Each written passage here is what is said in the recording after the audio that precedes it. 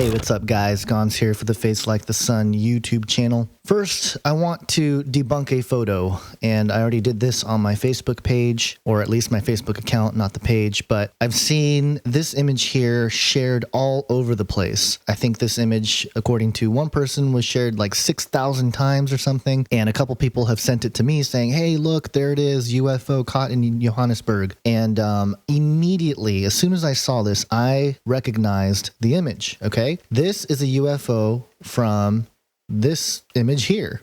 It's just purely photoshopped right into the picture. You could tell the cloud and everything, the shape of the UFO. I mean, it is pretty obvious. There's a little bit of stretching that happened probably in Photoshop, but there it is. Pretty basic, fake, debunked. Okay, I mean, I don't even need to really get into it. Here's the evidence. For people to be sharing it that much is kind of sad. And I get upset because it's like, okay, the phenomenon is real, guys, but these people that put out fakes are not helping the situation in terms of, you know, real research. People that are skeptics will take stuff like this and say, hey, see, it's all fake, you know, don't worry about it. So if you guys see this image being shared around, I'll leave the link to the actual original CGI created image in the description section so you can share it with them and say, hey, look, looks awfully similar to this other UFO thing that people have seen on the internet in Google Images. So there you have it. That's that. But there is a increase in the search for extraterrestrial life. The express.co.uk just published exclusive proof of aliens about to happen. UFO research becomes mainstream science. And the headliner here, forget the SETI hunt for aliens. A team of scientists are bringing the hunt for UFOs a bit closer to home. And basically they're suggesting that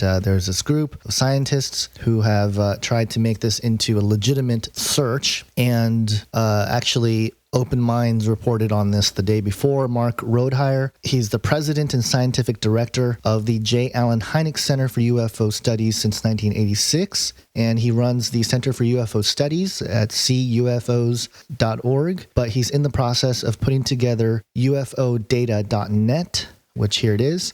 This is a way to use technology and actually crowdfunding. They're trying to raise some money for this to basically create a 24/7 scouring of our skies that has not just video cameras, but also magnetic detectors and other spectrum detectors. And he's basically saying we have the capacity now technologically to be analyzing our skies 24/7. So this sort of project, I think, you know, because there is that serious sense of science behind it, it's very possible that this will become a place where the reality of UFOs becomes even more widespread. Now, right now, you know, there's a lot of people that believe it just because, you know, they've been conditioned to believe in stuff like that with TV and movies and stuff. But there's still a lot of skeptics, and, you know, there's no middle ground. It's all the people who believe that they exist and they're aliens, or they believe there's no such thing as UFOs altogether. So what they're trying to do here is to create that middle ground, to create that serious scientific study that's thorough and that is investigative,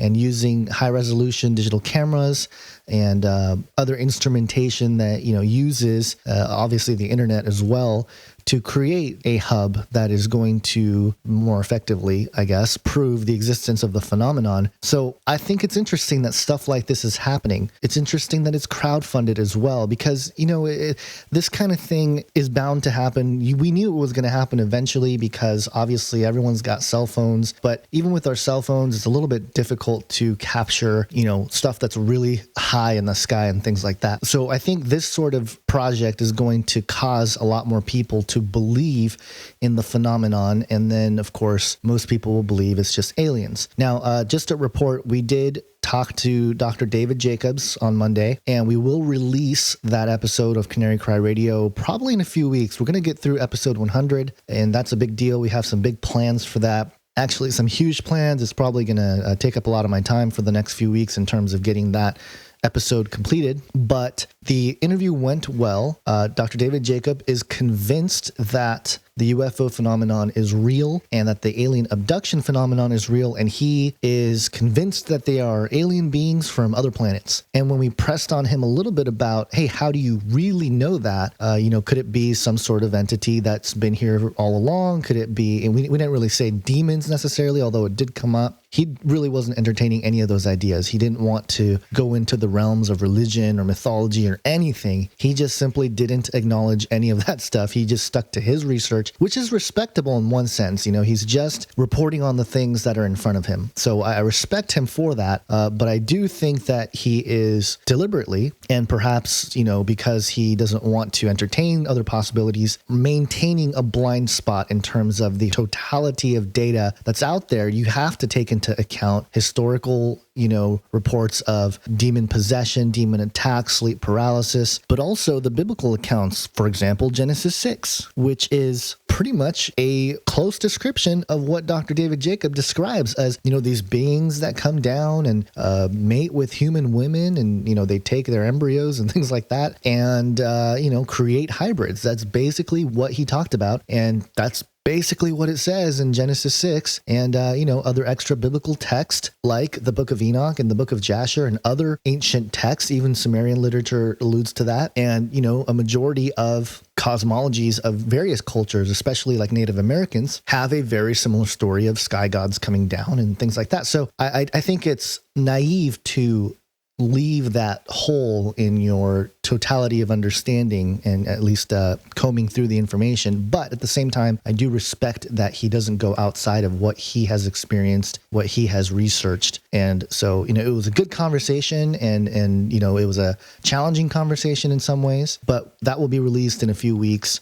In the meantime, I just wanted to report on this UFO stuff because there seems to be a lot of news about UFOs right now, especially this whole thing about the WTF. The report is that there's this UFO named WTF that's going to hit the Earth in November. And there's an article by CBS. It's kind of funny. CBS News reported, no, a UFO named WTF is not threatening to destroy Earth. It's a little misleading. It says here, let's start with the facts. Yes, there's something hurling through space in our direction. Yes, it's going to enter the Earth's atmosphere and possibly land in the Indian Ocean next month. No, scientists don't know quite what it is. And no, that doesn't make it a UFO.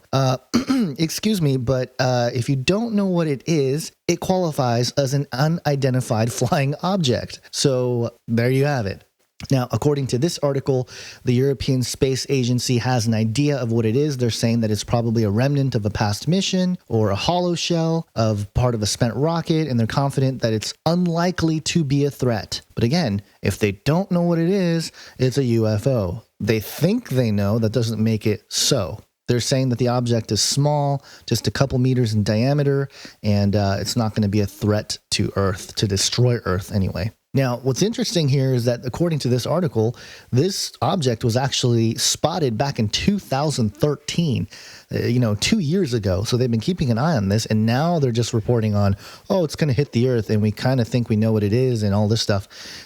But they have no idea. And what's alarming is that, they've been keeping an eye on this, and they've not said anything until literally less than a month before it's supposed to come through the Earth's atmosphere and, allegedly hit the Earth, at least in the Indian Ocean. And so, the idea that it's going to destroy Earth is a little bit ridiculous.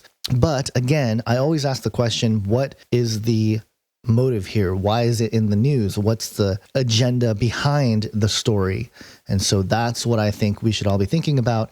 And in light of all these other stories coming out about UFOs, about space, I saw Enceladus in the news again.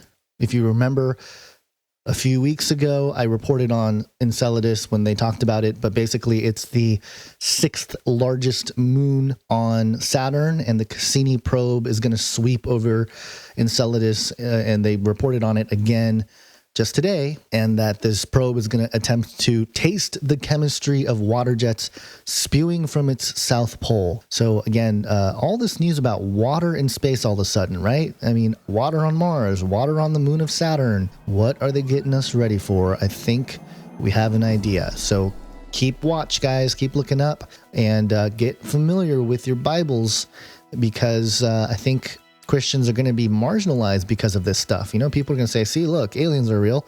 So the whole religion thing is a farce. Or they'll say, you know, that all religions were actually UFOs and aliens and, you know, the whole Tsoukalos approach, right? If you don't know what it is, aliens.